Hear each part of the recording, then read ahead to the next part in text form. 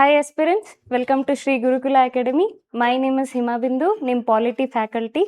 So ನಾವು PYQ series ಯೂಟ್ಯೂಬಲ್ಲಿ start ಮಾಡ್ತಾ ಇದ್ವಲ್ಲ. ಸೊ ಇವತ್ತಿನ ಕ್ಲಾಸಲ್ಲಿ chapter union and territory discuss ಮಾಡ್ತೀವಿ. ಸೊ ಇವತ್ತು ನ್ಯೂ ಚಾಪ್ಟರ್. ಲಾಸ್ಟ್ ಕ್ಲಾಸಲ್ಲಿ ನಾವು last chapter salient feature of constitution ಮುಗಿಸಿದ್ವಿ. Yesterday was the last chapter. ಇವತ್ತು new chapter union and territories. Union territories ಅಲ್ಲಿ before we begin the session ಏನೇನು ಓದ್ಕೋಬೇಕು, union and territories ಅಲ್ಲಿ ಏನೇನು ಓದ್ಕೋಬೇಕು. ಫಸ್ಟು ಸ್ಟೇಟ್ ರಿಆರ್ಗನೈಸೇಷನ್ ಆ್ಯಕ್ಟ್ ಓದ್ಕೋಬೇಕಾಗುತ್ತೆ. ಯಾವ ಸ್ಟೇಟ್ಸ್ ಹೆಂಗೆ ಫಾರ್ಮ್ ಆಗಿತ್ತು ಅಂದರೆ ಬಿಫೋರ್ ಇವತ್ತು ನೋಡ್ತಾ ಇರೋ ಸ್ಟೇಟ್ಸ್ಗಿಂತ ಮುಂಚೆ ಹೆಂಗಿತ್ತು, ಸ್ಟೇಟ್ಸ್ ಹೆಂಗೆ ರಿಆರ್ಗನೈಸ್ ಮಾಡ್ಕೊಂಡಿದ್ರು ಆ ಥರ ಓದ್ಕೋಬೇಕು. ಆ್ಯಂಡ್ ಆಲ್ಸೋ ಅದ್ರ ಸಂಬಂಧಪಟ್ಟಿದ್ದು ಜಡ್ಜ್ಮೆಂಟ್ಸ್ ಕೂಡ ಇದೆ, ಅದನ್ನು ನಾನು ಡಿಸ್ಕಸ್ ಮಾಡ್ತೀನಿ, ಅದು ಕೂಡ ಓದ್ಕೊಳ್ಳಿ. ಆ್ಯಂಡ್ ಕಾನ್ಸಂಟ್ರೇಟ್ ಆನ್ ಸ್ಟೇಟ್ ಹೆಂಗೆ ಎಲ್ಲ ಈಗ ಇವತ್ತಿನ ನೋಡ್ತಾ ಇರೋ ಸ್ಟೇಟ್ಸ್ ಎಲ್ಲ ಹೆಂಗೆ ಫಾರ್ಮ್ ಆಯಿತು ಅನ್ನೋದ್ರ ಮೇಲೆ ಸ್ವಲ್ಪ ಕಾನ್ಸಂಟ್ರೇಷನ್ ಮಾಡಿ. Okay. And also articles 1 to 4 ಆರ್ಟಿಕಲ್ಸಲ್ಲಿ ಟ್ವಿಸ್ಟ್ ಮಾಡಿ ನಿಮಗೆ ಕ್ವೆಶನ್ಸ್ ಕೇಳ್ತಾರೆ, ಅದ್ರ ಮೇಲೆ ನೀವು ನೋಡ್ಕೋಬೇಕಾಗತ್ತೆ. To begin the session with, ನಾವು ಎಲ್ಲ ಸೆಷನ್ನಲ್ಲೂ ಕೂಡ ವೇರಿಯಸ್ ಎಕ್ಸಾಮ್ಸಿಂದ ತೊಗೊಳ್ತಿರ್ತೀವಿ ಕ್ವೆಶನ್ಸ್ನ. ಸೊ ಸಿಮಿಲರ್ಲಿ ಈ ಚಾಪ್ಟರಲ್ಲೂ ಕೂಡ ಬೇರೆ ಎಕ್ಸಾಮ್ಸಿಂದ ತೊಗೊಂಡಿದ್ದೀವಿ. So we are bringing the question paper from UPSC, NDA, CDS, CAPF. PSI ಅಲ್ಲಿ PSI ಅಂದರೆ ಓನ್ಲಿ ಕರ್ನಾಟಕದ ಮಾತ್ರನೇ ನಾವು ತೊಗೊಳ್ತಾ ಇಲ್ಲ. PSI ಅಂದರೆ ಆಲ್ ಓವರ್ ಸ್ಟೇಟ್ಸ್ದು ಯಾವ್ದ್ಯಾವುದು ಈ ಚಾಪ್ಟರಿಂದ ಯಾವ್ಯಾವ ಕ್ವಶನ್ಸ್ ಬಂದಿದೆ ಅದನ್ನು ಕೂಡ ಹಾಕಿರ್ತೀವಿ ಇಲ್ಲಿ. ಸೊ ಅದನ್ನು ಸಾಲ್ವ್ ಮಾಡ್ತೀವಿ. ಸೊ ಟೋಟಲಿ ನೀವು 28 ಸ್ಟೇಟ್ಸಿಂದ ಏನೇನು ಕ್ವಶನ್ಸ್ ಬಂದಿರುತ್ತೆ ಈ ಚಾಪ್ಟರ್ ಮೇಲೆ ಅದನ್ನು ಇಲ್ಲಿ ಸಾಲ್ವ್ ಮಾಡ್ತೀವಿ. ಆ್ಯಂಡ್ ಆಲ್ಸೋ KEA ಸಂಬಂಧಪಟ್ಟಿದ್ದು ಕ್ವಶನ್ಸು ಕೂಡ ಇದರಲ್ಲಿ ಇರುತ್ತೆ. ಸೊ ಓವರ್ ಆಲ್ ಈ ಇಂಡಿಯಾದಲ್ಲಿ ನೀವು ಕಾಂಪಿಟೇಟಿವ್ ಎಕ್ಸಾಮ್ಸ್ ಯಾವ್ದ್ಯಾವ್ದು ಎಕ್ಸಾಮ್ಸ್ ಎಲ್ಲ ನಡೆಸ್ತಾರಲ್ಲ ಅದರಿಂದ ಎಲ್ಲನೂ ಕ್ವಶನ್ನ ಸಾಲ್ವ್ ಮಾಡ್ತೀರಾ. ಈ ಚಾಪ್ಟರಿಂದ ಎಲ್ಲ ಕ್ವಶನ್ಸು ನೀವು ಎಲ್ಲ ಸ್ಟೇಟ್ಸಿಂದ ಆಗಲಿ ವೇರಿಯಸ್ ಎಕ್ಸಾಮ್ಸಿಂದ ನೀವು ಸಾಲ್ವ್ ಮಾಡ್ತೀರಾ. So it's a platform where you will solve every question paper from various exams. Okay. So will begin the class. To begin with the class with first question. Okay, first question. We will read the first question. Question odana. Which of the following states was created as an associate state? Goa. Very good, Goa. Associate state of India first and later became a fledged state. ಇಲ್ಲಿ ಕೊಟ್ಟಿರೋ ಎಲ್ಲ options ಕೂಡ ಯಾವುದು state ಆಗಿ first ಬಂದಿಲ್ಲ. Okay. Union territory ಆಗಿ convert, first union territory ಆಗಿರುತ್ತೆ, ಅದಾದಮೇಲೆ ಸ್ಟೇಟ್ಸ್ಗೆ ಕನ್ವರ್ಟ್ ಆಗುತ್ತೆ. ಓಕೆ. ಇದರಲ್ಲಿ ನೀವೆಲ್ಲರೂ ಗೋವಾ ಅಂದ್ರಿ. Very good. No. Which is the option? Sikkim. Okay. Sikkim is the correct option. Goa ಬರಲ್ಲಪ್ಪ. ಗೋವಾ ಆ್ಯಕ್ಚುಲಿ ಆಪರೇಷನ್ ವಿಜಯ್ ಅನ್ನೋದ್ರ ಮೇಲೆ ನಾವು ತೊಗೊಳ್ತೀವಿ. ಗೋವಾ ಅನ್ನೋದನ್ನ ಯೂನಿಯನ್ಗೆ ಆ್ಯಡ್ ಮಾಡ್ಕೊತೀವಿ. ಬಟ್ ಅಸೋಸಿಯೇಟ್ ಸ್ಟೇಟ್ ಆಗಿರೋದು ಗೋವಾ ಅಲ್ಲ. ಇದರಲ್ಲಿ ಯಾವ ಆಪ್ಷನ್ ಕರೆಕ್ಟ್ ಅಂದರೆ ಸಿಕ್ಕಿಂ. ಹೇಳ್ತೀನಿ ನೋಡಿ. There is a amendment, 31st amendment, 36th amendment ಆಗುತ್ತೆ. 1974 ಇದು, 1975 ಇದು. ಓಕೆ. ಯಾವಾಗ ಸಿಕ್ಕಿಂ ಅನ್ನೋದು 22nd ಸ್ಟೇಟ್ ಆಗಿ ಆ್ಯಡ್ ಆನ್ ಆಗುತ್ತೆ ಇಂಡಿಯಾಗೆ. Okay. And also one unique thing about the Sikkim ಏನು ಅಂತ ಹೇಳಿದ್ರೆ, ನಮ್ಮ ಇಡೀ ಕಂಟ್ರಿನಲ್ಲಿ ಎಲ್ಲ ಸ್ಟೇಟಿಂದನೂ ಟ್ಯಾಕ್ಸ್ ಹಾಕ್ತಾರೆ ಅಲ್ವಾ. ಪರ್ಸ್ನಲ್ ಇನ್ಕಮ್ ಟ್ಯಾಕ್ಸ್ ಮೇಲೆ ನಾವು ಇನ್ಕಮ್ ಅರ್ನ್ ಮಾಡಿದ್ರ ಮೇಲೆ ಟ್ಯಾಕ್ಸ್ ಹಾಕ್ತಾರೆ. ಇದು ಒಂದು ಸ್ಟೇಟ್, ಸಿಕ್ಕಿಂ ಏನಿದೆ ಅಲ್ಲ, ಇದು ಒಂದು ಸ್ಟೇಟಲ್ಲಿ ಮಾತ್ರ ನಾವು ಇನ್ಕಮ್ ಟ್ಯಾಕ್ಸ್ ಹಾಕಲ್ಲ. ನಮಗೆ ಇನ್ಕಮ್ ಟ್ಯಾಕ್ಸ್ ಇದು ಒಂದು ಸ್ಟೇಟಿಂದ ಬರಲ್ಲ. ಇದು ಯೂನಿಕ್, ಇದು ಫ್ಯಾಕ್ಟ್ ಇನ್ಫಾರ್ಮೇಷನ್ ಹೇಳ್ತಾ ಇದ್ದೀನಿ. ಇದು ಈ ಒಂದು ಸ್ಟೇಟಿಂದ ಬರಲ್ಲ. ಇದನ್ನು ಕರೆಂಟ್ ಅಫೇರ್ಸಲ್ಲಿ ಕೂಡ ಇತ್ತು. ಎಷ್ಟು ಗೊತ್ತಿದ್ದರೆ ಇದನ್ನು ಸ್ಕಿಪ್ ಮಾಡಿ. ಓಕೆ. ಗೊತ್ತಿಲ್ಲ ಅಂದರೆ ತಿಳ್ಕೊಳ್ಳಿ. ಇದು ಒಂದೇ ಸ್ಟೇಟಿಂದ ನಾವು ಯಾವ ಟ್ಯಾಕ್ಸ್ ಹಾಕಲ್ಲ, ಇನ್ಕಮ್ ಟ್ಯಾಕ್ಸ್ನ ನಾವು ತೊಗೊಳ್ಳಲ್ಲ. Okay. Government will not charge income tax on the state Sikkim. ಆಯ್ತಾ. ಓಕೆ. ನಾವು coming back to historical background ನೋಡ್ಕೊಳ್ಳೋದಾದ್ರೆ, ಹಿಸ್ಟ್ರಿ ಏನಾಗಿದೆ ಸಿಕ್ಕಿಂ ಸ್ಟೇಟ್ ಆಗೋದಕ್ಕಿಂತ ಮುಂಚೆ, ಇಂಡಿಯಾಗೆ ಜಾಯ್ನ್ ಆಗೋದಕ್ಕಿಂತ ಮುಂಚೆ ಏನೇನಾಯಿತು ಅಂತ ನೋಡೋಣ. ಫಸ್ಟು ಸಿಕ್ಕಿಂ ಇಂಡಿಯಾಗೆ ಜಾಯ್ನ್ ಆಗೋದಕ್ಕಿಂತ ಮುಂಚೆ ಪ್ರೊಟೆಕ್ಟರ್ ಸ್ಟೇಟ್ ಅಂತ ಆಗಿತ್ತು. ಯಾವಾಗಿಂದ ಯಾವಾಗ ಅಂದರೆ 1950 ಇಂದ 1974ವರೆಗೂ. ಆಯಿತಾ. ಪ್ರೊಟೆಕ್ಟರ್ ಸ್ಟೇಟ್ ಆಗಿ ಆಗಿತ್ತು. Okay, I can not explain ಎಲ್ಲಾನು ನಾನು ಈ ಕ್ಲಾಸಲ್ಲಿ ಎಕ್ಸ್ಪ್ಲೇನ್ ಮಾಡೋಕ್ಕಾಗಲ್ಲ, ಹಿಸ್ಟ್ರಿ ಅದೆಲ್ಲಾನು, ಬಟ್ ರೆಫರೆನ್ಸ್ ಆಗಿ ನಾನು ಹೇಳ್ತೀನಿ, ಮುಂದೆ ನೀವು ಡೀಟೇಲ್ ಆಗಿ ಇದ್ರ ಬಗ್ಗೆ ಓದ್ಕೊಳ್ಳಿ. ಓಕೆ, ಪ್ರೊಟೆಕ್ಟರ್ ಸ್ಟೇಟ್ 1950 1974 ಆಯಿತು. 35th ಅಮೆಂಡ್ಮೆಂಟ್ 1974 ಸಿಕ್ಕಿಂನ ಅಸೋಸಿಯೇಟ್ ಸ್ಟೇಟ್ ಅಂತ ಅನ್ಕೊಂತಾರೆ. ಓಕೆ, ಅಸೋಸಿಯೇಟ್ ಸ್ಟೇಟ್ ಅಂತ ಆ್ಯಡ್ ಮಾಡ್ಕೊತಾರೆ, ಅಸೋಸಿಯೇಟ್ ಸ್ಟೇಟ್. 36th ಅಮೆಂಡ್ಮೆಂಟ್ 1975 ಇದನ್ನ ಫುಲ್ ಫ್ಲೆಡ್ಜ್ ಸ್ಟೇಟ್ ಇಂಡಿಯನ್ಗೆ ಜಾಯಿನ್ ಮಾಡ್ಕೊತಾರೆ. ಅರ್ಥ ಆಯ್ತಾ? ಈಗ ಫರ್ದರ್ ಮೋರ್ 35th ಈ ಪ್ರೊಟೆಕ್ಟರ್ ಸ್ಟೇಟ್ ಇಂದ ಅಸೋಸಿಯೇಟ್ ಸ್ಟೇಟ್ 35th ಅಮೆಂಡ್ಮೆಂಟ್ 1974 ಆಗುತ್ತೆ. ಅದಾದ್ಮೇಲೆ 36th ಅಮೆಂಡ್ಮೆಂಟ್ ಅಲ್ಲಿ ಈ ಅಸೋಸಿಯೇಟ್ ಸ್ಟೇಟ್ ಆಗ್ಬೇಕಾದ್ರೆ ಏನಾಗುತ್ತೆ ಅಂತ ಹೇಳಿದ್ರೆ, ಸುಮ್ಮನೆ ಅಸೋಸಿಯೇಟ್ ಸ್ಟೇಟ್ ಅಂತ ನೇಮ್ ಕೊಟ್ಬಿಟ್ಟು ನಾವು ಕಾನ್ಸ್ಟಿಟ್ಯೂಷನ್ ಅಲ್ಲಿ ಏನು ಚೇಂಜ್ ಮಾಡದೇ ಇರೋ ಥರ ಇರೋಕ್ಕಾಗಲ್ಲ. ಅದಕ್ಕೆ ಒಂದು ಸ್ಪೆಸಿಫಿಕ್ ರೂಲ್ಸು ಅಮೆಂಡ್ಮೆಂಟ್ಸು ಏನೊಂದು ಇರುತ್ತಲ್ವ, ನಾವು ಒಂದು ಸ್ಟೇಟ್ನ ನಮ್ಮ ಇಂಡಿಯಾಗೆ ಜಾಯಿನ್ ಮಾಡ್ಕೊತಿದ್ದೀವಿ ಅಂದರೆ ಅದಕ್ಕೊಂದು ಸಪ್ರೇಟ್ ಆರ್ಟಿಕಲ್ಸ್ ಇರಬೇಕು, ಶೆಡ್ಯೂಲ್ಸ್ ಇರಬೇಕು, ಎಲ್ಲನೂ ಇರಬೇಕು. ಸೊ ಇದಕ್ಕೆ ಈ ಅಸೋಸಿಯೇಟ್ ಸ್ಟೇಟ್ ಮಾಡ್ತಿರ್ಬೇಕಾದ್ರೆ ಗೌರ್ಮೆಂಟ್ ಅವರು ಆರ್ಟಿಕಲ್ 2A ಪಾಸ್ ಮಾಡಿಕೊಂಡು 10th ಶೆಡ್ಯೂಲ್ನ ಪಾಸ್ ಮಾಡಿದರು. I'll speak about 10th schedule. Okay, I'll speak about 10th schedule. ಎಷ್ಟೊಂದು ಜನಕ್ಕೆ ಕನ್ಫ್ಯೂಷನ್ ಇದೆ, ಮ್ಯಾಮ್ 10th ಶೆಡ್ಯೂಲು ಆ್ಯಂಟಿ ಡಿಫೆಕ್ಷನ್ ಅಲ್ವಾ, ಇದನ್ನ ಯಾಕೆ ಇಲ್ಲಿ ತೊಗೊಂಡು ಬರ್ತಾ ಇದ್ದೀರಾ ಅಂತ. 10th ಶೆಡ್ಯೂಲ್ ನಾವು ಇವತ್ತೇನು ನೋಡ್ತೀವಲ್ಲ, ಫಸ್ಟು ಇಲ್ಲಿತ್ತು. ಓಕೆ, ಈ associate state Sikkim associate state ಆಗಬೇಕಾದ್ರೆ ಗೌರ್ಮೆಂಟ್ ಅವರು 2A ಆರ್ಟಿಕಲ್ನ ಇನ್ಸರ್ಟ್ ಮಾಡಿ 10th ಶೆಡ್ಯೂಲ್ ಒಳಗಡೆ ಅಸೋಸಿಯೇಟ್ ಸ್ಟೇಟ್ ಆಗಿ ಸಿಕ್ಕಿಂನ ಜಾಯಿನ್ ಮಾಡಿಕೊಂಡ್ರು. ಅದಾದಮೇಲೆ ಪ್ಲೆಬಿಸೈಟ್ ಆಗುತ್ತೆ. ಸಿಕ್ಕಿಮಲ್ಲಿ ಇರೋ ಜನರು ಏನು ಮಾಡ್ತಾರೆ, ನಾವು ಇಂಡಿಯನ್ಗೆ ಜಾಯ್ನ್ ಆಗಬೇಕು, ಇಂಡಿಯಾಗೆ ನಾವು ಜಾಯ್ನ್ ಆಗಬೇಕು, ಈ ಥರ ನಮಗೆ ಅಸೋಸಿಯೇಟ್ ಸ್ಟೇಟ್ ಆಗಿ ಇರೋಕ್ಕೆ ಇಷ್ಟ ಇಲ್ಲ ಅಂತೇಳಿ ಓಟ್ ಮಾಡ್ತಾರೆ. ಸೋ ಮಚ್ ಆಫ್ ಓಟ್ ಏನಾಗುತ್ತೆ ಅಂದರೆ ನಾವು ಇಂಡಿಯಾಗೆ ಜಾಯ್ನ್ ಆಗಬೇಕು ಅನ್ನೋದು ಓಟು ಜಾಸ್ತಿ ಇರುತ್ತೆ. ಸೊ ಅವಾಗ ಒಂದು ಅಮೆಂಡ್ಮೆಂಟ್ ಪಾಸ್ ಮಾಡ್ತಾರೆ. ಯಾವ ಅಮೆಂಡ್ಮೆಂಟ್? 36th ಅಮೆಂಡ್ಮೆಂಟ್ 1975 ಆಗಿ ಪಾಸ್ ಮಾಡ್ತಾರೆ. ಈ ಅಮೆಂಡ್ಮೆಂಟ್ ಪ್ರಕಾರ ಇದನ್ನ ಕ್ಯಾನ್ಸಲ್ ಮಾಡಿ, ಅಂದ್ರೆ ತೆಗೆದ್ಬಿಟ್ಟು ಈ ಅಸೋಸಿಯೇಟ್ ಸ್ಟೇಟ್ ಅನ್ನೋದು ಕೂಡ ತೆಗ್ದು ಸಿಕ್ಕಿಂನ ಫುಲ್ ಫ್ಲೆಡ್ಜ್ ಒಂದು ಇಂಡಿಯನ್ ಸ್ಟೇಟ್ ಆಗಿ ಜಾಯಿನ್ ಮಾಡ್ಕೊತಾರೆ. ಅದಕ್ಕಿಂತ ಮುಂಚೆ ಪ್ರೊಟೆಕ್ಟರ್ ಸ್ಟೇಟ್ ಆಗಿತ್ತು, ಅಸೋಸಿಯೇಟ್ ಸ್ಟೇಟ್ ಆಯಿತು, ಅದಾದಮೇಲೆ state completely full fledged state ಆಗುತ್ತೆ. ಅರ್ಥ ಆಯ್ತಾ? ನಾವು coming back to 10th schedule. 10th schedule 36th amendment 1975 cancel ಮಾಡ್ತಾರೆ, ತೆಗಿತಾರೆ ಅಲ್ವಾ. ಏನಕ್ಕೆ ಬೇಕು? ಅಸೋಸಿಯೇಟ್ ಸ್ಟೇಟ್ ಇಲ್ಲ, ಇವಾಗ ಫುಲ್ ಫ್ಲೆಡ್ಜ್ ಸ್ಟೇಟ್ ಆಗಿ ಜಾಯಿನ್ ಮಾಡ್ಕೊಂಡ್ಮೇಲೆ ಇದು ನಮ್ಗೆ ಯೂಸ್ ಇಲ್ಲ ಅಂತ ತೆಗ್ಬಿಡ್ತಾರೆ. ಅದಾದಮೇಲೆ 1985 ಮತ್ತೆ 52nd ಅಮೆಂಡ್ಮೆಂಟ್ ಪ್ರಕಾರ 52nd ಅಮೆಂಡ್ಮೆಂಟ್ ಪ್ರಕಾರ 10th ಶೆಡ್ಯೂಲಲ್ಲಿ ಎಂಟಿ ಆಗಿರುತ್ತೆ, ಖಾಲಿ ಇರುತ್ತಲ್ವ 10th ಶೆಡ್ಯೂಲು, ಅದಕ್ಕೆ ಆ್ಯಂಟಿ ಡಿಫೆಕ್ಷನ್ ಅಂತ ಸೇರಿಸ್ತಾರೆ. ಅರ್ಥ ಆಯ್ತಾ? ಇದ್ರದ್ದು ಹಿಸ್ಟ್ರಿ 10th ಶೆಡ್ಯೂಲ್ ಆ್ಯಂಟಿ ಡಿಫೆಕ್ಷನ್ ನಾವು ಇವತ್ತು ಓದೋದು ಹಿಸ್ಟ್ರಿ ಇಲ್ಲಿತ್ತು. ಅಂದರೆ ಸಿಕ್ಕಿಂಗೆ ಜಾಯಿನ್ ಮಾಡ್ಕೊಂಡಿದ್ರು 10th ಶೆಡ್ಯೂಲ್ನು. ಅದಾದಮೇಲೆ ಇದು ಡಿಲೀಟ್ ಮಾಡಿ ಎಂಟಿ ಆಗಿದೆ. ಆ್ಯಂಟಿ ಡಿಫೆಕ್ಷನ್ ಲಾನ ಎಲ್ಲೋ ಹಾಕಬೇಕು ಅಂತ ಹೇಳ್ಬಿಟ್ಟು ಆ್ಯಂಟಿ ಡಿಫೆಕ್ಷನ್ ಇದನ್ನು ಹಾಕಬೇಕು ಅಂತ ಹೇಳ್ಬಿಟ್ಟು 10th ಶೆಡ್ಯೂಲಲ್ಲಿ ಮತ್ತೆ ಸೇರಿಸ್ತಾರೆ. ಅರ್ಥ ಆಯ್ತಾ ಇದ್ರದ್ದು ಬ್ಯಾಕ್ಗ್ರೌಂಡು? ಓಕೆ, ಸೊ ಇದರಲ್ಲಿ ನೋಡ್ಕೊಳ್ಳೋದಾದರೆ ಗೋವಾ ಅನ್ನೋದು ಆಪರೇಷನ್ ವಿಜಯಲ್ಲಿ 1961 ಯೂನಿಯನ್ ಟೆರಿಟರಿ ಆಗಿರುತ್ತೆ. ಅರ್ಥ ಆಯ್ತಾ? 1987 ಸ್ಟೇಟಿಗೆ ಕನ್ವರ್ಟ್ ಆಗುತ್ತೆ. ಇದು ಕೂಡ ಅಷ್ಟೇ, 1987 ಸ್ಟೇಟ್ ಆಗಿ ಕನ್ವರ್ಟ್ ಆಗುತ್ತೆ. ಇಲ್ಲಿ ಕೊಟ್ಟಿರೋದು ಯಾವುದೂ ಕೂಡ ಫುಲ್ ಫ್ಲೆಡ್ಜ್ ಆಗಿ ಸ್ಟೇಟ್ ಆಗಿ ಬಂದಿಲ್ಲ, ಫಸ್ಟು ಎಲ್ಲ ಯೂನಿಯನ್ ಟೆರಿಟರಿ ಆಗಿ ಸ್ಟೇಟ್ ಆಗಿ ಬರುತ್ತೆ. ಅರ್ಥ ಆಯ್ತಾ? ಸೊ ಈ ಕ್ವಶನ್ ಫರ್ದರ್ ಮತ್ತೆ ಏನು ಓದಬೇಕು ಅಂದರೆ ಸಿಕ್ಕಿಂ ಬಗ್ಗೆ ಜಾಸ್ತಿ ಓದ್ಕೊಳ್ಳಿ. ಸಿಕ್ಕಿಂ ಏನು ಕರೆಂಟ್ ಅಫೇರ್ಸಲ್ಲಿ ಲಾಸ್ಟ್ ಇಯರ್ ನ್ಯೂಸ್ ಬಂದಿತ್ತು. Sikkim last year November 50th anniversary celebrate ಮಾಡ್ಕೊತು.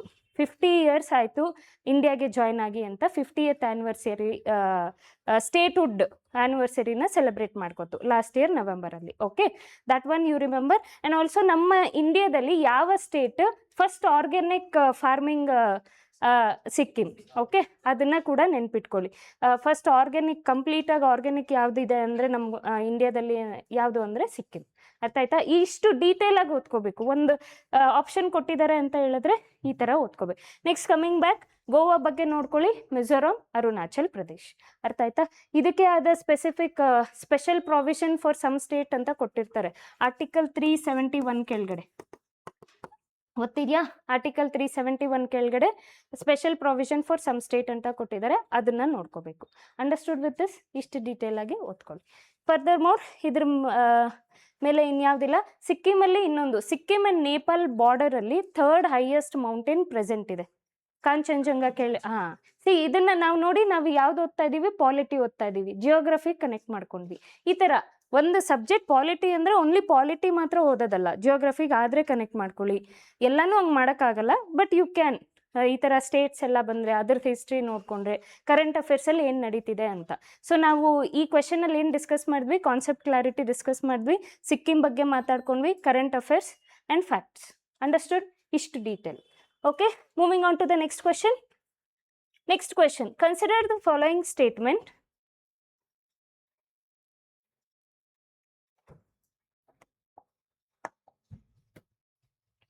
Okay,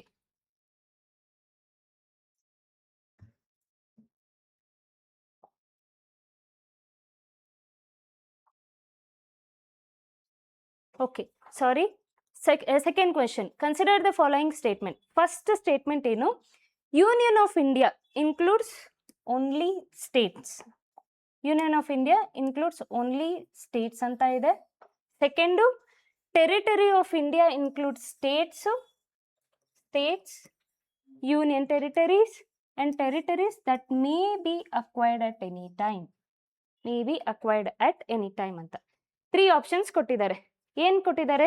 first option ಅವ್ರು ಏನು ಹೇಳ್ತಾ ಇದ್ದಾರೆ ಅಂತ ಹೇಳಿದ್ರೆ, ಯೂನಿಯನ್ ಆಫ್ ಇಂಡಿಯಾ ಬರೀ ಸ್ಟೇಟ್ಸ್ನ ಕನ್ಸಿಡರ್ ಮಾಡುತ್ತೆ ಅಂತ ಹೇಳ್ತಾ ಇದ್ದಾರೆ. ಯೂನಿಯನ್ ಅನ್ನೋ ವರ್ಡ್ ಇದೆ ಅಲ್ವಾ, ಯೂನಿಯನ್ ಆಫ್ ಇಂಡಿಯಾ ಅಂತ, ಅದು ಜಸ್ಟ್ ಸ್ಟೇಟ್ಸ್, ಇಂಡಿಯನ್ ಸ್ಟೇಟ್ಸ್ ಅಂತ ಹೇಳ್ತಾ ಇದೆ. ನೆಕ್ಸ್ಟ್ ಟೆರಿಟರಿ ಆಫ್ ಇಂಡಿಯಾ ಇದಿದೆ ಅಲ್ವಾ, ಟೆರಿಟರಿ ಆಫ್ ಇಂಡಿಯಾ ವರ್ಡ್ ಏನು ಹೇಳ್ತಾ ಇದೆ ಅಂದರೆ, ಸ್ಟೇಟು ಇರುತ್ತೆ, ಯೂನಿಯನ್ನು ಇರುತ್ತೆ, ಅಕ್ವೈರ್ಡ್ ಅಂದರೆ ಯಾವ್ದಾನ ಒಂದು ಪ್ಲೇಸ್ ಫ್ಯೂಚರಲ್ಲಿ ನಾವು ತಗೋಬೋದು, ಅಕ್ವೈರ್ ಮಾಡ್ಕೋಬೋದು ಅನ್ನೋದು ಹೇಳುತ್ತೆ. ಇದರಲ್ಲಿ ಯಾವ ಆಪ್ಷನ್ಸ್, ಯಾವ ಸ್ಟೇಟ್ಮೆಂಟ್ ಕರೆಕ್ಟ್ ಅನ್ನೋದು ಕ್ವಶನ್. ಬೋತ್ ಓನ್ಲಿ ಟೂನಾ? Only two? Very good.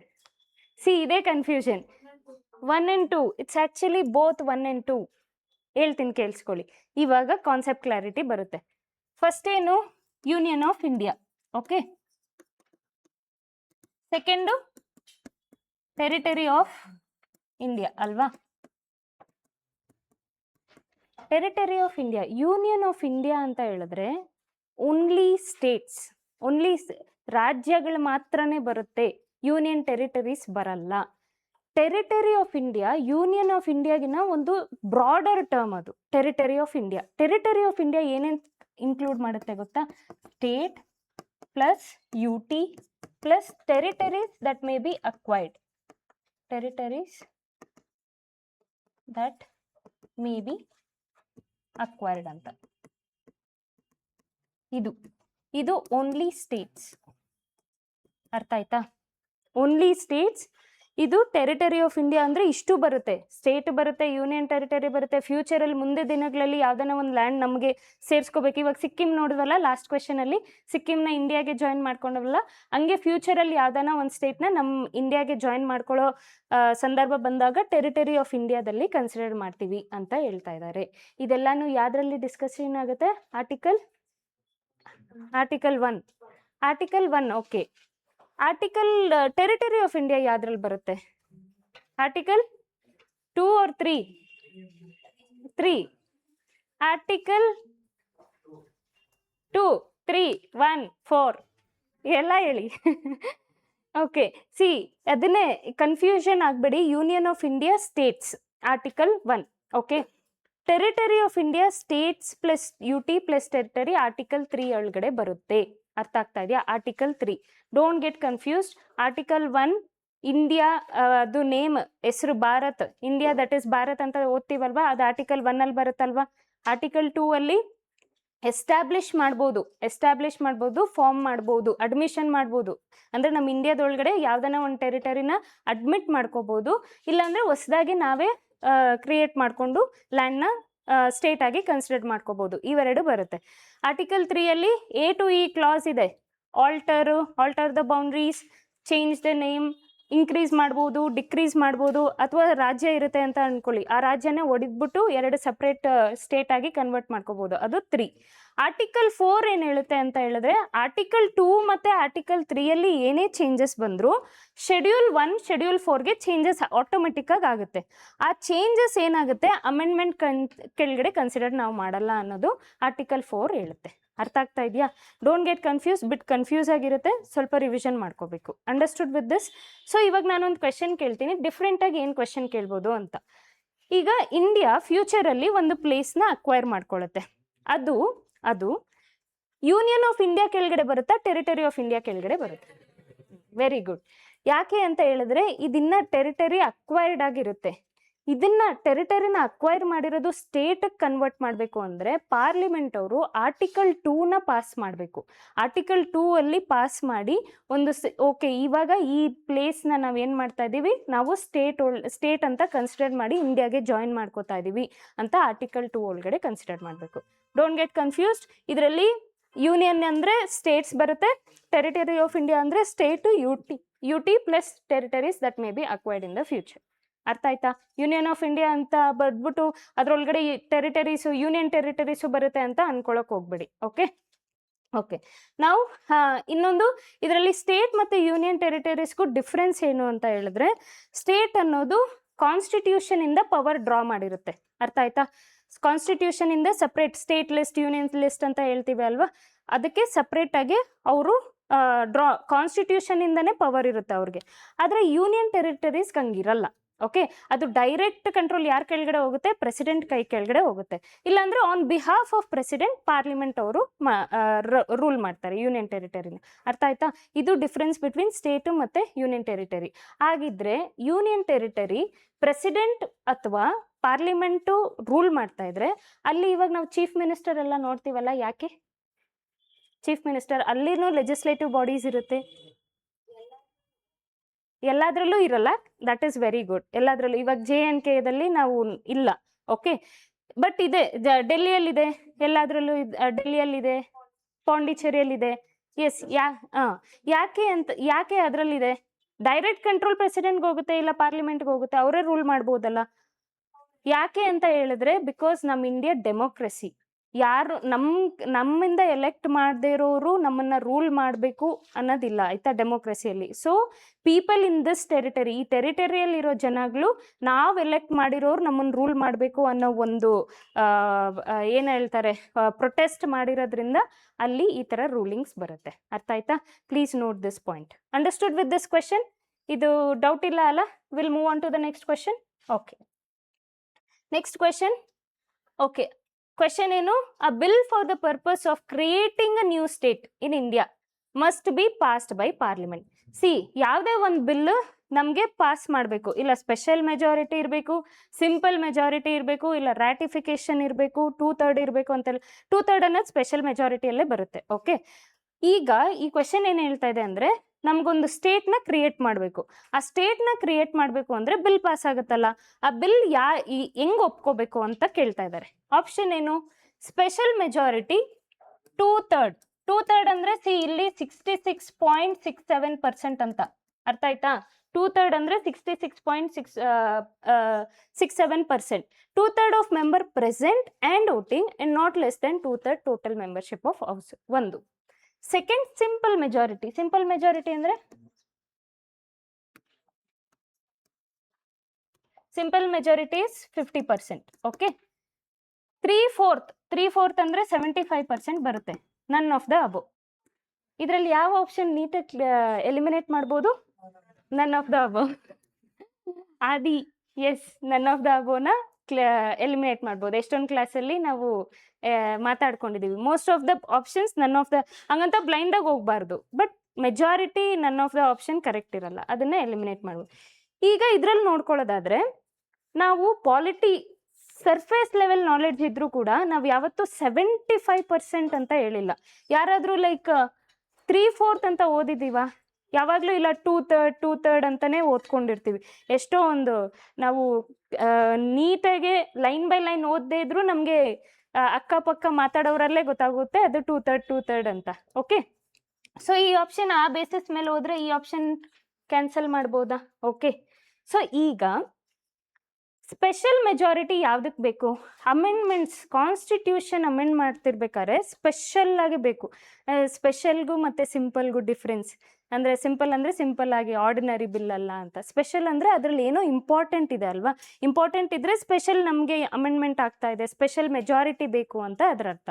So ಈಗ ಇದರಲ್ಲಿ ಸ್ಪೆಷಲ್ ಮೆಜಾರಿಟಿಗೆ creation of new state generally ಏನಂತ ಅನ್ಕೊಂತಾರೆ ಅಂದರೆ, ಕ್ರಿಯೇಷನ್ ಆಫ್ ನ್ಯೂ ಸ್ಟೇಟ್ ಅಂದರೆ ಫೆಡರಲಿಸಮು, ಡೆಮೋಕ್ರಸಿ ಇದೆಲ್ಲ ಕಾನ್ಸೆಪ್ಟ್ ಬಂದ್ಬಿಟ್ಟು ಹೌದು ಇದಕ್ಕೊಂದು ದೊಡ್ಡ ಇಂಪಾರ್ಟೆನ್ಸ್ ಕೊಡಬೇಕು ಕ್ರಿಯೇಷನ್ ಆಫ್ ನ್ಯೂ ಸ್ಟೇಟ್ ಅಂತ ಅನ್ಕೊತಾರೆ. ಬಟ್ ಕ್ರಿಯೇಷನ್ ಆಫ್ ನ್ಯೂ ಸ್ಟೇಟ್ಗೆ ನಮಗೆ ಸ್ಪೆಷಲ್ ಮೆಜಾರಿಟಿ ಬೇಡ, ಆಯಿತಾ? ಸಿಂಪಲ್ ಸಾಕು. ಅದನ್ನು ಯಾವ ಆರ್ಟಿಕಲಲ್ಲಿ ಹೇಳಿದ್ದಾರೆ ಅಂತ ಹೇಳಿದ್ರೆ ಆರ್ಟಿಕಲ್ 4 ಹೇಳಿರ್ತಾರೆ. ಅರ್ಥ ಆಯ್ತಾ? ನಮಗೆ ಸಿಂಪಲ್ ಮೆಜಾರಿಟಿ ಸಾಕು, ಸ್ಪೆಷಲ್ ಮೆಜಾರಿಟಿ ಕಾನ್ಸ್ಟಿಟ್ಯೂಷನ್ ಅಮೆಂಡ್ಮೆಂಟ್ ಮಾಡಿಬಿಟ್ಟು ಬಿಲ್ ಏನು ಕಳ್ಸೋದು ಬೇಡ, ಸಿಂಪಲ್ ಮೆಜಾರಿಟಿ ಇದ್ದರೆ ಸಾಕು ಅಂತ ಹೇಳ್ಬಿಟ್ಟು. So coming back to that, ನಿಮಗೆ simple majority will be the correct answer. ಅರ್ಥ ಆಯ್ತಾ? ಇದನ್ನ ಯಾವಾಗ ಮಾಡಬೇಕು ಅಂದರೆ ಕ್ರಿಯೇಷನ್ ಆಫ್ ನ್ಯೂ ಸ್ಟೇಟ್ ಅಂದರೆ ನಮ್ಮ ಇಂಡಿಯಾದೊಳಗಡೆ, ಭಾರತದೊಳಗಡೆ ನಾವು ಯಾವ್ದನ್ನ ಒಂದು ಸ್ಟೇಟ್ನ ಅಥವಾ ಟೆರಿಟರಿನ ಜಾಯಿನ್ ಮಾಡ್ಕೊತಿರ್ಬೇಕಾದ್ರೆ. ಎಕ್ಸಾಂಪಲ್ ಕೊಡ್ತೀನಿ. ನಮ್ಮ ಇಂಡಿಯಾದಿಂದ ಫಾರ್ ಎಕ್ಸಾಂಪಲ್ ಕರ್ನಾಟಕ ಅಥವಾ ಯಾವುದೋ ಒಂದು ತಮಿಳ್ನಾಡು ಅಥವಾ ಕೇರಳ ಅಂತ ಅನ್ಕೊಳ್ಳಿ, ಅದನ್ನ ಶ್ರೀಲಂಕಾ ಕೊಡ್ತಾ ಇದೀವಿ ಅನ್ಕೊಳ್ಳಿ, ಆವಾಗ ಸಿಂಪಲ್ ಮೆಜಾರಿಟಿ ಬೇಕಾಗುತ್ತಾ? ಇಲ್ಲ, ಆವಾಗ ಸ್ಪೆಷಲ್ ಮೆಜಾರಿಟಿ ಬೇಕಾಗುತ್ತೆ. ಆವಾಗ ಕಾನ್ಸ್ಟಿಟ್ಯೂಷನ್ ಅಮೆಂಡ್ಮೆಂಟ್ ಬಿಲ್ ಬೇಕು. ಅರ್ಥ ಆಯ್ತಾ? ನಮ್ಮ ಒಳಗಡೆ ಯಾವುದಾದ್ರೂ ಟೆರಿಟರಿನ ಜಾಯಿನ್ ಮಾಡ್ಕೋತಾ ಇದೀವಿ ಅಂದರೆ ಸಿಂಪಲ್ ಇಸ್ ಇನಫ್. ನಮ್ಮಿಂದ ಸ್ಟೇಟ್ ಯಾರಿಗಾನ, ನಮ್ದು ಲ್ಯಾಂಡ್ ಯಾರನ್ನ ಬೇರೆಯವ್ರಿಗೆ ಕೊಡ್ತಾ ಇದೀವಿ ಅಂದರೆ ಅದಕ್ಕೆ ಸ್ಪೆಷಲ್ ಮೆಜಾರಿಟಿ ಬೇಕು. ಅರ್ಥ ಆಯ್ತಾ? ಅದು ಯಾವ ಕೇಸಲ್ಲಿ ಹೇಳಿದ್ದಾರೆ ಅಂದರೆ ಬೀರುಬಾರಿ ಕೇಸಲ್ಲಿ ಹೇಳಿದ್ದಾರೆ. 1960 ಬೀರುಬಾರಿ ಕೇಸಲ್ಲಿ ಹೇಳಿದ್ದಾರೆ. ನಮಗೆ ವೆಸ್ಟ್ ಬೆಂಗಾಲ್ಗೂ ಮತ್ತು ಈಸ್ಟ್ ಪಾಕಿಸ್ತಾನಲ್ಲಿ ಆ ಟೆರಿಟರಿನ ಕನ್ಫ್ಯೂಷನ್ ಆದಾಗ ಈ ಕೇಸ್ ಬಂದಿತ್ತು, ಬೀರುಬಾರಿ ಕೇಸ್ ಅಂತ 1960. ಆ ಕೇಸಲ್ಲಿ ಹೇಳಿದ್ದಾರೆ ಯಾವಾಗಾದರೂ ನಮ್ಮ ಭೂಮಿನ ಬೇರೆಯವ್ರಿಗೆ ಕೊಡ್ತಾ ಇದ್ರೆ ಕಾನ್ಸ್ಟಿಟ್ಯೂಷನಲ್ ಅಮೆಂಡ್ಮೆಂಟ್ ಬಿಲ್ ಆಗಬೇಕು. ಅದಕ್ಕೆ ಯಾವುದು ಕಾನ್ಸ್ಟಿಟ್ಯೂಷನ್ ಅಮೆಂಡ್ಮೆಂಟ್ ಬಿಲ್ ಅಂದರೆ ಸ್ಪೆಷಲ್ ಮೆಜಾರಿಟಿ ಅಲ್ವಾ, +2/3. So your answer will be simple majority. ಇದಕ್ಕೆ ಅರ್ಥ ಆಯ್ತಾ? Will move on to the next question. ಈ ಕ್ವೆಶನಲ್ಲಿ ಬೇರೆ ಯಾವುದು ಅಂದರೆ ಕ್ರಿಯೇಷನ್ ಆಫ್ ನ್ಯೂ ಸ್ಟೇಟ್. ಇವಾಗ ಇಷ್ಟು ಮುಗಿಸ್ಬಿಟ್ಟು ನೆಕ್ಸ್ಟ್ ಕ್ವೆಶನ್ಗೆ ಹೋಗೋದಲ್ಲ. ಈಗ ಕ್ರಿಯೇಷನ್ ಆಫ್ ನ್ಯೂ ಸ್ಟೇಟ್ಗೆ ಪ್ರೊಸೀಜರ್ ಏನಿರುತ್ತೆ ಅಂದರೆ, ಒಂದು ಸ್ಟೇಟ್ನ ನಾವು ತೊಗೋತಿದ್ದೀವಿ ಒಳಗಡೆ ಅಂತ ಹೇಳಿದ್ರೆ ಫುಲ್ ಸ್ಟೇಟ್ ಕೊಟ್ಬಿಡಲ್ಲ ಫಸ್ಟೇ, ಆಯಿತಾ? ಅದನ್ನು ಒಂದು ಇಲ್ಲ ಯೂನಿಯನ್ ಟೆರಿಟರಿ ಆಗಿ ಇಟ್ಟಿರ್ತಾರೆ, ಇಲ್ಲ ಅಂದರೆ ಅದನ್ನು ಒಂದು ಸ್ವಲ್ಪ ದಿನ ನೋಡ್ತಾರೆ ಅದಾಗುತ್ತಾ ಇಲ್ವಾ ನಮ್ಮ ಕೈಯಲ್ಲಿ ಅಂತ ಹೇಳ್ಬಿಟ್ಟು, ಅದಾದಮೇಲೆ ನಮ್ಮ ಇಂಡಿಯಾಗೆ ಜಾಯಿನ್ ಮಾಡಿಸ್ಕೊತಾರೆ. ಪ್ರೊಸೀಜರ್ ಏನು ಅಂತ ನೋಡ್ಕೋಬೇಕು. ಕ್ರಿಯೇಷನ್ ಆಫ್ ನ್ಯೂ ಸ್ಟೇಟ್ಗೆ ಪ್ರೊಸೀಜರ್ ಏನಿರುತ್ತೆ ಅಂತ ಹೇಳ್ಬಿಟ್ಟು ಇದ್ರ ಮೇಲೆ ನೆಕ್ಸ್ಟ್ ಕ್ವೆಶನ್ಸ್ ಬರೋ ಚಾನ್ಸಸ್ ಇರುತ್ತೆ. ಅರ್ಥ ಆಯ್ತಾ? Will move on to the next question. Okay, next question. Power of parliament of India to reorganise the state or alter their boundaries without the consent of any state is provided under article. ಯಾವ article ಅಲ್ಲಿ state boundaries ನಾವು change ಮಾಡ್ತಾ ಇದೀವಿ, ಇಲ್ಲ ಸ್ಟೇಟನ್ನೇ 2 ಭಾಗ ಆಗಿ divide ಮಾಡಿ 2 state ಮಾಡ್ತಾ ಇದೀವಿ, ಒಂದು ಸ್ಟೇಟ್ನ ಡಿವೈಡ್ ಮಾಡಿ 2 ಭಾಗ ಮಾಡ್ತಿದೀವಿ ಅಂದರೆ ಅದಕ್ಕೆ ಸ್ಟೇಟ್ ಪರ್ಮಿಷನ್ ಬೇಕು. ಅಂದರೆ without alter their boundaries without the consent of a state is provided. ಸ್ಟೇಟ್ದು ರೆಕಮೆಂಡೇಶನ್, ಅಡ್ವೈಸ್ ಮಾತ್ರ ಬೇಕು, ಅವ್ರದ್ದು ಪೂರ್ತಿ ನಾವು ಅಂದರೆ ಗೌರ್ಮೆಂಟ್ ಅಥವಾ ಪಾರ್ಲಿಮೆಂಟು ಒಪ್ಕೋಬೇಕು ಅನ್ನೋದಿಲ್ಲ, ಆಯಿತಾ? ಅದನ್ನು ಯಾವ ಆರ್ಟಿಕಲಲ್ಲಿ ಕೊಟ್ಟಿದ್ದಾರೆ ಅನ್ನೋದು ಇಲ್ಲಿ. Okay, article 2, article 3. Okay, article 3 ಕೊಟ್ಟಿರ್ತಾರೆ, ಆಯಿತಾ? ಆರ್ಟಿಕಲ್ 3 ಆಲ್ಟರು, ಡಿಮಿನಿಷ್ ಅಂದರೆ ಕಡಿಮೆ ಮಾಡೋದು, ಎಕ್ಸ್ಪ್ಯಾಂಡ್ ಮಾಡೋದು ಈ ಸ್ಟೇಟ್ಸ್ದು, ಅಥವಾ ಫಾರ್ಮೇಷನ್ ಆಫ್ ನ್ಯೂ ಸ್ಟೇಟ್, ಇದೆಲ್ಲ ಮಾಡ್ತಿರ್ಬೇಕಾದ್ರೆ ಈ ಬಿಲ್ನ ಆ ಅಫೆಕ್ಟೆಡ್ ಸ್ಟೇಟ್ಗೆ ಕಳಿಸ್ಬೋದು, ಆಯಿತಾ? ಅಫೆಕ್ಟೆಡ್ ಸ್ಟೇಟ್ ಏನಾಗುತ್ತೆ, ರೆಕಮೆಂಡ್ ಮಾಡುತ್ತೆ, ಇಲ್ಲ ನೋಡಿ ಈ ಥರ ಬೇಡ, ಕಡಿಮೆ ಮಾಡಬೇಡಿ, ಜಾಸ್ತಿ ಮಾಡಬೇಡಿ, ಡಿವೈಡ್ ಮಾಡಬೇಡಿ ನಮ್ಮ ಸ್ಟೇಟ್ನ ಅಂತ ರೆಕಮೆಂಡ್ ಮಾಡಿ ಅಡ್ವೈಸ್ ಕೊಡಿಸ್ಬೋದು. ಬಟ್ ಆದರೆ ಅದ್ರದ್ದು ಕನ್ಸೆಂಟ್ ಬೇಕಾಗಿಲ್ಲ, ನಮಗೆ ಅದ್ರದ್ದು ಪರ್ಮಿಷನ್ ಏನು ಬೇಕಾಗಿಲ್ಲ. ಅದು ಯಾವ ಆರ್ಟಿಕಲ್ ಕೆಳಗಡೆ ಕೊಟ್ಟಿದ್ದಾರೆ ಅಂದರೆ ಆರ್ಟಿಕಲ್ 3 ಕೆಳಗಡೆ ಕೊಟ್ಟಿರ್ತಾರೆ. ಅರ್ಥ ಆಯ್ತಾ? ಇನ್ನು ಆರ್ಟಿಕಲ್ 2 ಬಗ್ಗೆ ನೋಡ್ಕೊಳ್ಳಿ, ಆರ್ಟಿಕಲ್ 4 ಆ್ಯಂಡ್ ಆರ್ಟಿಕಲ್ 368. ಆಯಿತಾ? 368 ಕೂಡ ಆ ಕಾನ್ಸ್ಟಿಟ್ಯೂಷನ್ ಅಮೆಂಡ್ಮೆಂಟ್ ಬಿಲ್ ಬಗ್ಗೆ ಮಾತಾಡುತ್ತೆ. ಇಲ್ಲಿ ಆರ್ಟಿಕಲ್ 4ಗೂ 368 ಸಿಮಿಲರ್ ಆಗಿದೆ ನೋಡಿ. ಆರ್ಟಿಕಲ್ 4 ಏನು ಹೇಳುತ್ತೆ, ಕಾನ್ಸ್ಟಿಟ್ಯೂಷನಲ್ ಅಮೆಂಡ್ಮೆಂಟ್ ಬೇಡ ಅಂತ ಹೇಳುತ್ತೆ. ಆ್ಯಂಡ್ ಆಪ್ಷನ್ ಡಿ ನೋಡ್ಕೊಳ್ಳೋದಾದರೆ ಕಾನ್ಸ್ಟಿಟ್ಯೂಷನ್ ಅಮೆಂಡ್ಮೆಂಟ್ ಬಿಲ್ ಆರ್ಟಿಕಲ್ಲೇ ಕೊಟ್ಟಿದ್ದಾರೆ. ಸೊ ಇದು ಕನ್ಫ್ಯೂಷನ್ ಇರ್ಬೋದು. ಆ್ಯಂಡ್ ನಿಮ್ಗೆ ಇನ್ನೊಂದು ಗೊತ್ತಿದ್ರೆ ಅದರಲ್ಲೂ ಕನ್ಫ್ಯೂಷನ್ ಮಾಡೋದಕ್ಕೆ ಆರ್ಟಿಕಲ್ 2 ಹಾಕಿರ್ತಾರೆ. ಆರ್ಟಿಕಲ್ 2ನ ಆರ್ಟಿಕಲ್ 3ನ ಗೊತ್ತಾಗಲ್ಲ ಅಂತ ಹೇಳ್ಬಿಟ್ಟು. Okay, so be very careful. ಇರೋದೇ 4 ಆರ್ಟಿಕಲ್, ಯೂನಿಯನ್ ಆ್ಯಂಡ್ ಟೆರಿಟರಿ, ಅದರಲ್ಲಿ ಕನ್ಫ್ಯೂಷನ್ ಮಾಡ್ಕೋಬೇಡಿ, ರಿವಿಷನ್ ಚೆನ್ನಾಗಿ ಮಾಡ್ಕೊಳ್ಳಿ. Okay, will move on to the next question. Without the consent of state. Okay, ಇದರಲ್ಲಿ ಡಿಫ್ರೆಂಟಾಗಿ ಕ್ವಶನ್ ಏನು ಬರ್ಬೋದು ಅಂತ ಹೇಳಿದ್ರೆ, ಒಂದು ಸ್ಟೇಟಲ್ಲಿ ಆಲ್ಟರ್ ಮಾಡ್ತಾ ಇದ್ದೀವಿ, ಬೌಂಡ್ರೀಸ್ನ ಚೇಂಜ್ ಮಾಡ್ತಿದ್ದೀವಿ, ಅಥವಾ ಸ್ಟೇಟ್ ನೇಮ್ ಚೇಂಜ್ ಮಾಡ್ತಿದ್ದೀವಿ, ಅಥವಾ ಸ್ಟೇಟ್ನ ಏನು ಮಾಡ್ತಾ ಇದ್ದೀವಿ, ಅದರ ಸೈಜ್ನ ಡಿಕ್ರೀಸ್ ಮಾಡ್ತಾ ಇದ್ದೀವಿ, ಅಥವಾ ಅದರ ಸೈಜ್ನ ಇನ್ಕ್ರೀಸ್ ಮಾಡ್ತಿದ್ದೀವಿ ಅಂದರೆ ಬಿಲ್ ಏನು ಮಾಡಬೇಕು, ಫಸ್ಟು ಪ್ರೆಸಿಡೆಂಟ್. ಈಗ ಇನ್ನೊಂದು ಕ್ವಶನ್ ಹೇಳಿ, ಇದನ್ನು ಸ್ಟೇಟು ಸೆಂಡ್ ಮಾಡ್ಬೋದಾ? ಇದನ್ನು ಫಸ್ಟ್ ಸ್ಟೇಟ್ ಇಂಟ್ರೊಡ್ಯೂಸ್ ಮಾಡ್ಬೋದಾ ಅಥವಾ ಪಾರ್ಲಿಮೆಂಟ್ ಇಂಟ್ರೊಡ್ಯೂಸ್ ಮಾಡುತ್ತಾ? ಈ ಥರ ಪಾರ್ಲಿಮೆಂಟ್, ನಾಟ್ ಸ್ಟೇಟ್. ಸ್ಟೇಟ್ಗೆ ಆ ಪವರ್ ಇರಲ್ಲ, ಪಾರ್ಲಿಮೆಂಟೇ ಇಂಟ್ರೊಡ್ಯೂಸ್ ಮಾಡಬೇಕು. ಆಯಿತಾ? ಆಮೇಲೆ ಸ್ಟೇಟ್ಗೆ ಟೈಮ್ ಲಿಮಿಟ್ ಕೊಟ್ಟಿರ್ತಾರೆ. ಈ ಬಿಲ್ಲು ಸ್ಟೇಟ್ ಆಗುತ್ತಲ್ಲ, ಅಫೆಕ್ಟೆಡ್ ಸ್ಟೇಟ್ಗೆ ಟೈಮ್ ಪೀರಿಯಡ್ ಕೊಡ್ತಾರೆ. ಆ ಟೈಮ್ ಪೀರಿಯಡ್ ಯಾರು ಸೆಟ್ ಮಾಡ್ತಾರೆ ಗೊತ್ತಾ? ಪ್ರೆಸಿಡೆಂಟ್ ಅವರು ಸೆಟ್ ಮಾಡ್ತಾರೆ. ಪಾರ್ಲಿಮೆಂಟ್ ಕನ್ಫ್ಯೂಷನ್ ಆಗಬೇಡಿ, ಪಾರ್ಲಿಮೆಂಟ್ ಅಲ್ಲ, ಪ್ರೆಸಿಡೆಂಟ್ ಅವರು ಟೈಮ್ ಲಿಮಿಟ್ ಕೊಡ್ತಾರೆ. ನೋಡಿ, ಈ ಥರ ನಿಮ್ಮ ಸ್ಟೇಟ್ಗೆ ಚೇಂಜಸ್ ಮಾಡ್ತಾ ಇದ್ದೀವಿ, ಈ ಟೈಮ್ ಲಿಮಿಟಲ್ಲಿ ನೀವು ಮತ್ತೆ ಈ ಬಿಲ್ನ ಪಾರ್ಲಿಮೆಂಟ್ಗೆ ಕಳಿಸ್ಕೊಡ್ಬೇಕು ಅಂತ. ಆ ಟೈಮ್ ಇನ್ಕ್ರೀಸ್ ಮಾಡೋದು ಕೂಡ ಪವರ್ ಯಾರ ಕೈಯಲ್ಲಿರುತ್ತೆ? ಪ್ರೆಸಿಡೆಂಟ್ ಕೈಯಲ್ಲಿ ಇರುತ್ತೆ. ಅರ್ಥ ಆಯ್ತಾ? ಅದನ್ನು ನೋಡ್ಕೊಳ್ಳಿ ಈ ಟೈಮ್ ಫ್ರೇಮಲ್ಲಿ. Understood with this? Okay, will move on to the next question. Next question, with reference to reorganisation of states in India. ಒಂದು ದಾರ್ ಕಮಿಷನ್ ಕೊಟ್ಟಿದ್ದಾರೆ, recommended reorganisation on linguistic basis. Second, JVP. Okay, JVP committee ಅವ್ರು ಏನು ಹೇಳ್ತಾರೆ, reject ಮಾಡ್ತಾರೆ language, ಸ್ಟೇಟ್ಸ್ನ language ಮೇಲೆ divide ಮಾಡೋದು reject ಮಾಡ್ತಾರೆ ಅಂತ ಕೊಟ್ಟಿದ್ದಾರೆ. Third option, Fazal Ali commission broadly accepted language on the basis as a basis with statement. ಈ ಕೊಟ್ಟಿರೋ ಆಪ್ಷನ್ಸಲ್ಲಿ A1, 2, 3 ಯಾವ ಆಪ್ಷನ್ ಕರೆಕ್ಟ್ ಅಂತ ಕೇಳಿದ್ದಾರೆ. 1, 2, 3 is correct. Dhar commission recommended reorganisation on linguistic basis. ಈ 3ರಲ್ಲಿ ಒಂದೇ ಒಂದು ಕಮಿಟಿ ಲ್ಯಾಂಗ್ವೇಜ್ ಮೇಲೆ ಆಗಲಿ ಅಂತ ಹೇಳಿದ್ದಾರೆ. ಯಾವುದು ಗೊತ್ತಾ? ಅದು ಫಜಲ್ ಅಲಿ. ಇನ್ನು 2 ಕೂಡ ಅಕ್ಸೆಪ್ಟ್ ಮಾಡ್ಕೊಂಡಿಲ್ಲ. ಓಕೆ, ದಾರ್ ಕಮಿಷನ್ ಆಗಲಿ JVP ಕಮಿಷನ್ ಎಕ್ಸೆಪ್ಟ್ ಮಾಡ್ಕೊಂಡಿಲ್ಲ. ಲ್ಯಾಂಗ್ವೇಜ್ ಮೇಲೆ ಸ್ಟೇಟ್ನ ನಾವು ಡಿವೈಡ್ ಮಾಡೋಣ ಅಂತ ಒಂದೇ ಒಂದು ಕಮಿಷನ್ನು ಯಾವ್ದು ಒಪ್ಕೊಂಡಿದೆ ಅಂದರೆ ಫಜಲ್ ಅಲಿ ಕಮಿಷನ್. ಫಜಲ್ ಅಲಿ ಕಮಿಷನಲ್ಲಿ ಇನ್ನೊಂದು ಕೂಡ ನೆನ್ಪಿಟ್ಕೊಳ್ಳಿ, ಅದು ಫಸ್ಟು 16 ಸ್ಟೇಟ್ಸ್ ಇರಲಿ, 3 ಯೂನಿಯನ್ ಟೆರಿಟರೀಸ್ ಇರಲಿ ಅಂತ ರೆಕಮೆಂಡ್ ಮಾಡಿದ್ದು. ಆದರೆ ಫೈನಲ್ ಆಗಿ ಗೌರ್ಮೆಂಟ್ ಅವ್ರು ಏನು ಪಾಸ್ ಮಾಡಿದ್ರು, 14 ಸ್ಟೇಟ್ಸ್ 6 ಯೂನಿಯನ್ ಟೆರಿಟರೀಸ್ನ ಪಾಸ್ ಮಾಡ್ತಾರೆ. ಇದನ್ನು ನೆನ್ಪಿಟ್ಕೊಳ್ಳಿ, ಫಜಲ್ ಅಲಿ ರೆಕಮೆಂಡ್ ಮಾಡಿದ್ದು ಮತ್ತು ಗೌರ್ಮೆಂಟ್ ಲಾಸ್ಟಲ್ಲಿ ಕಳಿಸಿದೇನು ಅಂತ. ಕನ್ಫ್ಯೂಷನ್ ಹೆಂಗಾಗ್ಬೋದು ನೋಡಿ, ಅವ್ರು ಕೊಟ್ಟಿರೋದು ಲ್ಯಾಂಗ್ವೇಜ್ ಮೇಲೆ. ಇದರಲ್ಲಿ ವೆರಿ ಲಾಜಿಕ್ಕಾಗಿ ಹೋಗಿ, ಫಸ್ಟು ಕಮಿಷನ್, ಫಸ್ಟು ದಾರ್ ಆಯ್ತಾ, ನೆಕ್ಸ್ಟ್ JVP, ಫಜಲ್ ಅಲಿ. ಇದರಲ್ಲಿ ಫಸ್ಟ್ ಯಾವ್ದು ಬಂದಿರುತ್ತೆ? ಇವೆರಡು ಬಂದಿರುತ್ತಾ? ಲಾಸ್ಟಲ್ಲಿ ಇದು ಬಂದಿರುತ್ತಾ? ಇವೆರಡು ಬರ್ಬೇಕಾದ್ರೆ ಆಬ್ವಿಯಸ್ಲಿ ಇಂಡಿಪೆಂಡೆನ್ಸ್ ಟೈಮಲ್ಲಿ ಈ ಕಮಿಟೀಸ್ ನೋಡಿ, ಬೇಕಾದ್ರೆ 1948 ಅದೆಲ್ಲ, ಆ ಟೈಮಲ್ಲಿ ಲ್ಯಾಂಗ್ವೇಜ್ ಮೇಲೆ ಸ್ಟೇಟ್ ಹೋಗಿದ್ದಿದ್ರೆ ಆಲ್ರೆಡಿ ಇಂಡಿಪೆಂಡೆನ್ಸ್ ಟೈಮಲ್ಲಿ ತುಂಬ ಕಾನ್ಫ್ಲಿಕ್ಟ್ ಆಗ್ತಿತ್ತು. ಪಾಕಿಸ್ತಾನ ಡಿವೈಡ್ ಆಗಿದೆ, ಆಮೇಲೆ ನಮಗೆ ಜಾಸ್ತಿ ಲ್ಯಾಂಡ್ ಬೇಕು ಅಂತ ಸ್ಟೇಟ್ಸ್ ಅವರು, ಆಮೇಲೆ ಪ್ರಿನ್ಸ್ಲಿ ಸ್ಟೇಟ್ಸಲ್ಲೂ ಅಷ್ಟೇ 3 ಸ್ಟೇಟ್ಸ್ ನಾವು ಇಂಡಿಯಾಗೆ ಜಾಯ್ನ್ ಆಗಲ್ಲ, ಈ ಥರದ್ದೆಲ್ಲ ಆಗ್ತಿತ್ತು. ಈ ಟೈಮಲ್ಲಿ ಸ್ಟೇಟ್ಸ್ನ ನಾವು ಲ್ಯಾಂಗ್ವೇಜ್ ಮೇಲೆ ಡಿವೈಡ್ ಮಾಡ್ತೀವಿ ಅಂತ ಹೇಳಿದ್ರೆ ಇದ್ದಿದ್ದು ಪ್ರಾಬ್ಲಮ್ ಆಗ್ತಿತ್ತು ಅಲ್ವಾ. ಸೊ ಆ ಬೇಸಿಸ್ ಮೇಲೆ ಹೋದರೆ ಇವೆರಡು ರೆಕಮೆಂಡ್ ಮಾಡೇ ಇಲ್ಲ. ಅಷ್ಟು ಪ್ರಾಬ್ಲಮಲ್ಲಿ ಅದನ್ನು ರೆಕಮೆಂಡ್ ಮಾಡ್ತಾರೆ ಸ್ಟೇಟ್ ಲ್ಯಾಂಗ್ವೇಜ್ ಮೇಲೆ ಹೋಗಲಿ ಅಂತ ಹೇಳ್ಬಿಟ್ಟು.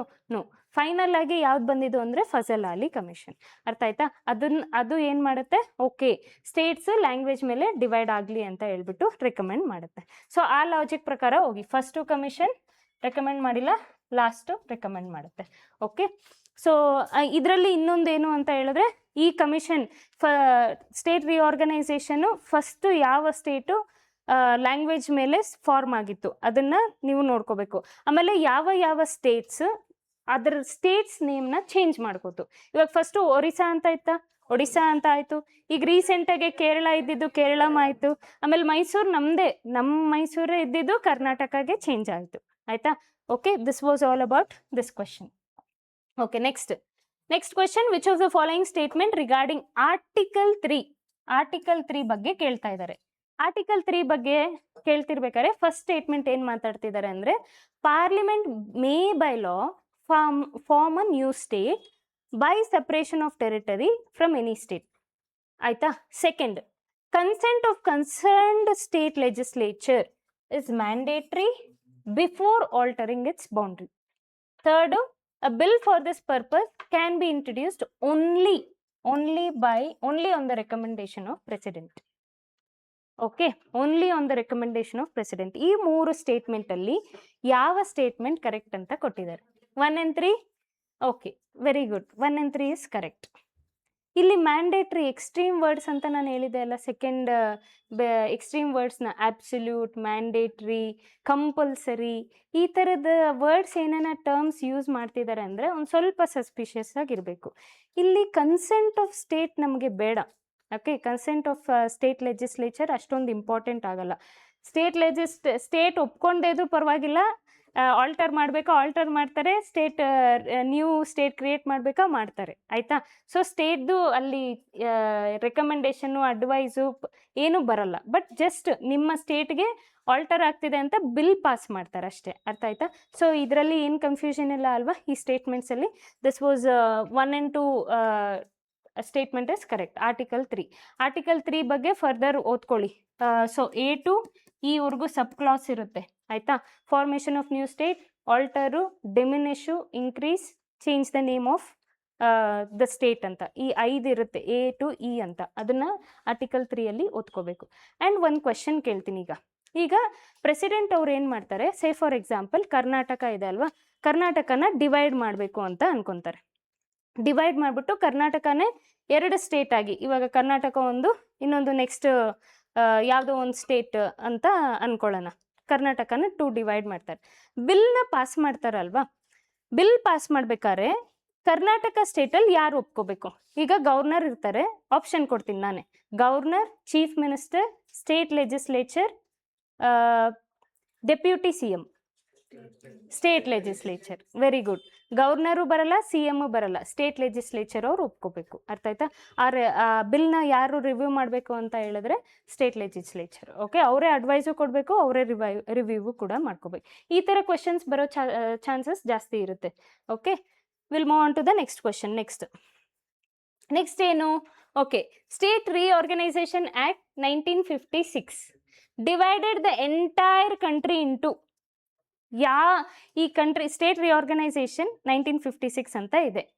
ಎಂಟೈರ್ ಕಂಟ್ರಿನ ಹೆಂಗೆ ಇಲ್ಲಿಗೆ ಎಷ್ಟು ಸ್ಟೇಟ್ಸ್ಗಾಗಿ ಡಿವೈಡ್ ಮಾಡಿದೆ ಅಂತ. ಯೂಶಲಿ ಆಸ್ಪಿರೆಂಟ್ಸ್ ಏನು ಮಾಡ್ತಾರೆ ಗೊತ್ತಾ, 28 ಸ್ಟೇಟ್ಸ್ ಯೂನಿಯನ್ ಟೆರಿಟರಿ ಈಗಿರೋ ಪ್ರೆಸೆಂಟ್ ಸ್ಟೇಟ್ಗೆ ಟಿಕ್ ಮಾಡಿಬಿಡ್ತಾರೆ. ಪ್ಲೀಸ್ ಅದನ್ನು ಮಾಡೋಕ್ಕೆ ಹೋಗ್ಬೇಡಿ. ಅವರು ಆಪ್ಷನ್ ಏನು ಕೊಟ್ಟಿದ್ದಾರೆ ಪ್ಲೀಸ್ ಚೆನ್ನಾಗಿ ಗಮನಿಸಬೇಕು. ಅವ್ರ ಆಪ್ಷನ್ ಏನು ಕೊಟ್ಟಿದ್ದಾರೆ, 1956. ಇನ್ ಕೇಸ್ ಸ್ಟೇಟ್ ರಿಆರ್ಗನೈಸೇಷನ್ನು ಪ್ರೆಸೆಂಟ್ಲಿ ಎಷ್ಟು ಸ್ಟೇಟ್ಸ್ ರಿಸಲ್ಟ್ ಆಗಿದೆ ಅಂತ ಕೊಟ್ಟರೆ ಆವಾಗ 28 ಸ್ಟೇಟ್ಸ್ 8 ಯೂನಿಯನ್ ಟೆರಿಟರೀಸ್ ಅಂತ ಮಾರ್ಕ್ ಮಾಡಬೇಕು. But 14 States 6 union territories is a correct answer. ಅರ್ಥ ಆಯ್ತಾ? ಫರ್ದರ್ ಮೋರ್ 22nd ಸ್ಟೇಟ್ ಆಗಿ ಯಾವ್ದು ಜಾಯ್ನ್ ಆಯಿತು? ಸಿಕ್ಕಿಂ ಜಾಯ್ನ್ ಆಗಿದೆ. ಓಕೆ, ನೆಕ್ಸ್ಟ್ ಇದರಲ್ಲಿ ಫಜಲ್ ಅಲಿ ಕಮಿಷನ್ ಅವರು 16 ಸ್ಟೇಟ್ಸ್ 3 ಯೂನಿಯನ್ ಟೆರಿಟರೀಸ್ ರೆಕಮೆಂಡ್ ಮಾಡಿದ್ರು. ಆ್ಯಂಡ್ ಆಲ್ಸೋ ಇದು 17 ಸ್ಟೇಟ್ಸ್ ಇದು ರ್ಯಾಂಡಮ್ ಆಗಿ ಕೊಟ್ಟಿದ್ದಾರೆ, ಇದೇನು ಓದ್ಕೋಬೇಕಾಗಿಲ್ಲ. Okay, so 22nd state 9 union territory, ಇದನ್ನು ನೋಡ್ಕೊಳ್ಳಿ. And coming back to state reorganisation ಬಗ್ಗೆ ಓದ್ಕೊಳ್ಳಿ. ಸ್ಟೇಟ್ ರಿಆರ್ಗನೈಸೇಷನ್ ಏನಾಗಿತ್ತು ಅಂತ. ಆ್ಯಂಡ್ ಪ್ರೆಸೆಂಟ್ಲಿ ಯಾವ ಏರಿಯಾ ನಮ್ಮ ಇಂಡಿಯಾದಲ್ಲಿ, ಯಾವ ಸ್ಟೇಟಲ್ಲಿ ಯಾವ ಕಮ್ಯುನಿಟಿ ಡಿಮ್ಯಾಂಡ್ ಮಾಡ್ತಿದೆ, ಸಪ್ರೇಟ್ ಸ್ಟೇಟ್ ಡಿಮ್ಯಾಂಡ್ ಮಾಡ್ತಿದೆ ಅಂತ ಹೇಳ್ಬಿಟ್ಟು ನೋಡ್ಕೋಬೇಕು. ನಾರ್ತ್ ಈಸ್ಟಲ್ಲೂ ಒಂದು ಪ್ರಾಬ್ಲಮ್ ಇದೆ, ಈ ಕಡೆ ವೆಸ್ಟಲ್ಲೂ ಕೂಡ ಪ್ರಾಬ್ಲಮ್ ಆಗ್ತಾ ಇದೆ. ಸಪ್ರೇಟ್ ಸ್ಟೇಟ್ ಬೇಕು ನಮಗೆ, ಸಪ್ರೇಟ್ ಸ್ಟೇಟ್ ಅಂತ. ಅದನ್ನು ಕರೆಂಟ್ ಅಫೇರ್ಸಲ್ಲಿ ಬಂದಿದೆ, ಕರೆಂಟ್ ಅಫೇರ್ಸ್ನ ಲಿಂಕ್ ಮಾಡಿ ಓದ್ಕೊಳ್ಳಿ. ಅರ್ಥ ಆಯ್ತಾ ಈ question? Okay, moving on to the next question. Which article of the constitution of India states India that is Bharat? Article 1. ಒಂದೇ.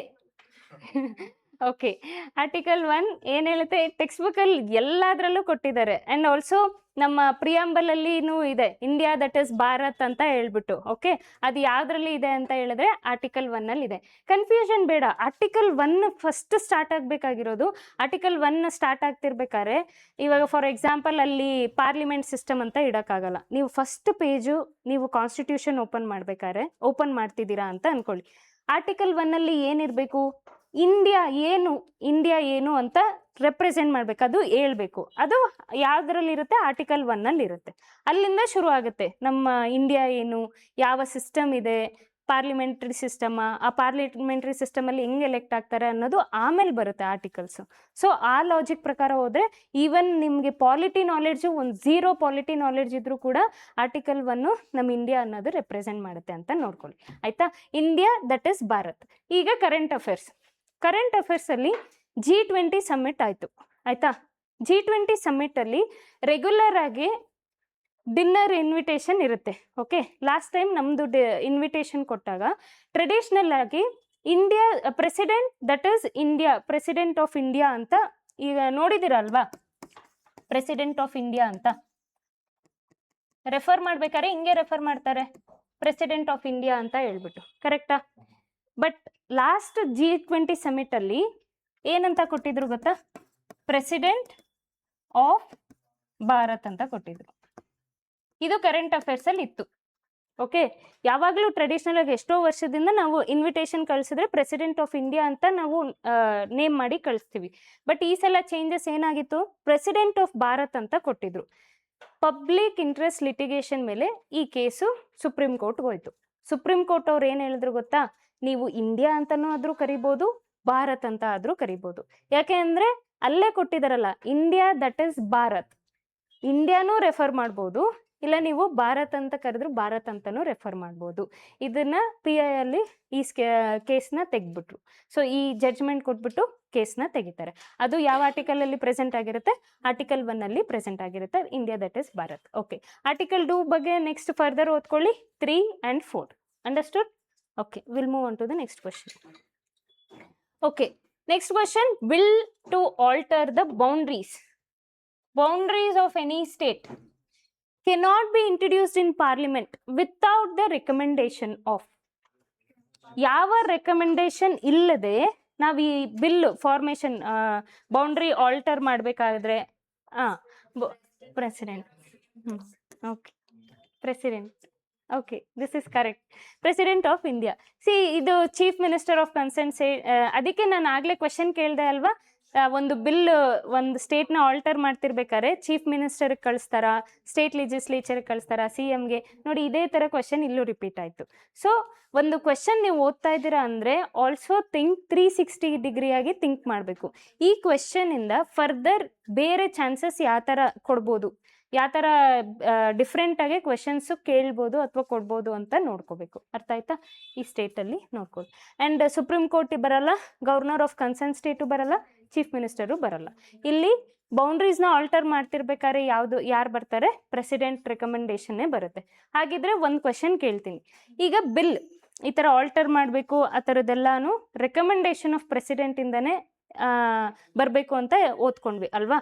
ಹಾಗಿದ್ರೆ ಈ ಬಿಲ್ಲು ನಾನು ಕ್ವೆಶನ್ ಕೇಳೋದಾದ್ರೆ, ಈ bill can be introduced only in Lok Sabha. True or false?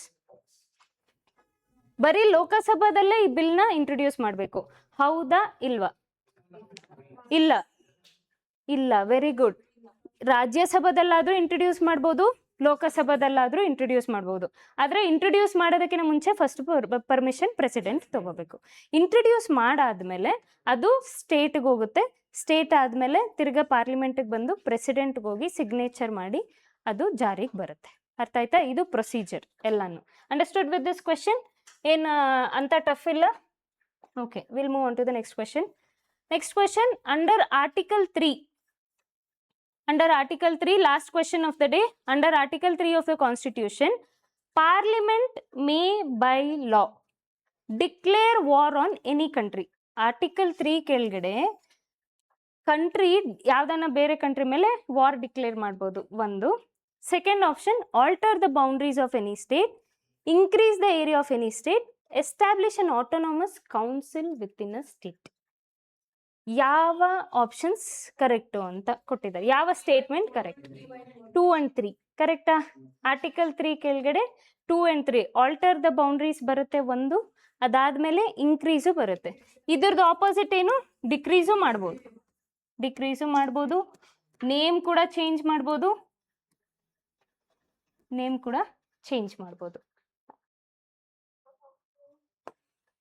Okay.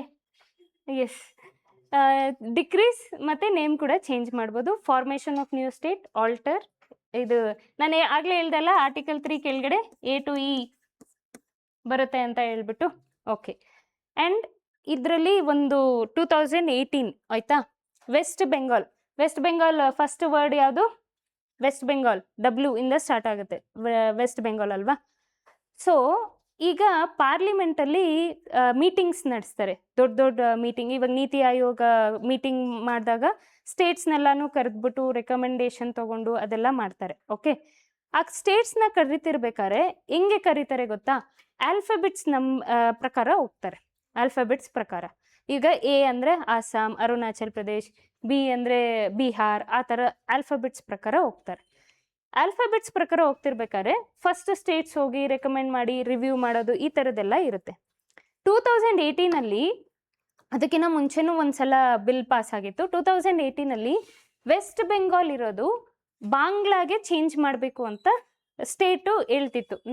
ನಮಗೆ West Bengal ಬೇಡ, ಬಾಂಗ್ಲಾಗೆ ಹೋದ್ರೆ B ಅನ್ನೋದು ಬರುತ್ತಲ್ವಾ, W ಇಂದ B ಗೆ ಚೇಂಜ್ ಆಗುತ್ತೆ. ಆವಾಗ ಈ ಥರ ಮೀಟಿಂಗ್ಸ್ ಎಲ್ಲ ಕರೆದಾಗ ನಾವೇ ಫಸ್ಟ್ ಅವ್ರ 3rd ಅಥವಾ 4th ಸ್ಟೇಜಲ್ಲಿ ಇರ್ತೀವಿ, ನಾವು ಹೋಗಿ ಅಡ್ವೈಸ್ ಎಲ್ಲ ಕೊಡ್ಬೋದು.